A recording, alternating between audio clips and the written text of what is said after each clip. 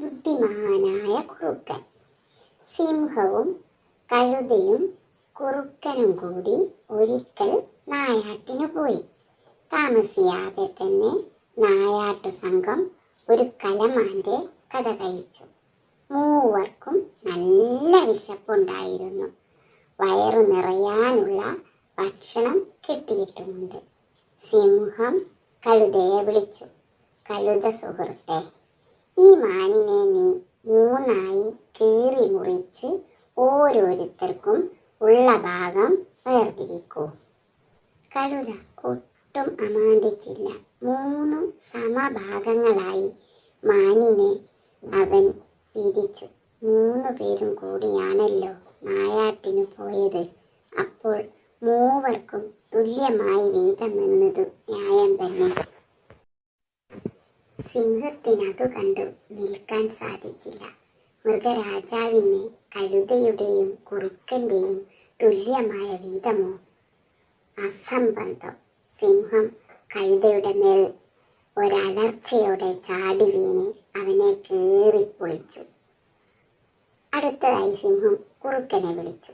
കുറുക്കൻ സുഹൃത്തെ, ഭക്ഷണം കഴിക്കാൻ സമയം വൈകിയിരിക്കുന്നു.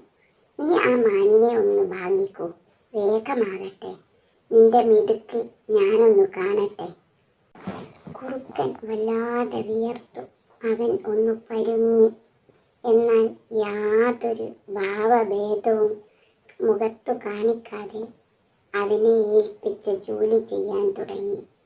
ഒരിക്കൽ വായിൽ കൊള്ളാവുന്നത്ര മാനിറച്ചി മാത്രം അവനായി എടുത്തു. ബാക്കി മുഴുവൻ മാനിറച്ചിയും മൃഗരാജാവിൻ്റെ ഭക്ഷണമായി നീക്കിവെച്ചു. എന്നിട്ട് സിംഹത്തിനോടായി അവൻ പറഞ്ഞു, തിരുമേനി, അങ്ങ് ഏൽപ്പിച്ച ജോലി ഞാൻ പൂർത്തിയാക്കി. ഇനി അങ്ങേക്ക് ഭക്ഷണമാകാം. ദാ ആ കാണുന്ന ചെറിയ ഭാഗം മാത്രം മതി എനിക്ക്. സിംഹത്തിന് സന്തോഷമായി. അവൻ കുറുക്കനോട് ആരാഞ്ഞു, ആരാണ് സുഹൃത്തെ ഇത്ര ഭംഗിയായി വീതം വയ്ക്കാൻ നിന്നെ പഠിപ്പിച്ചത്? പ്രത്യേകമായി ആരും പഠിപ്പിച്ചതല്ല, വിനയാനിതനായി കുറുക്കൻ പ്രതിവചിച്ചു.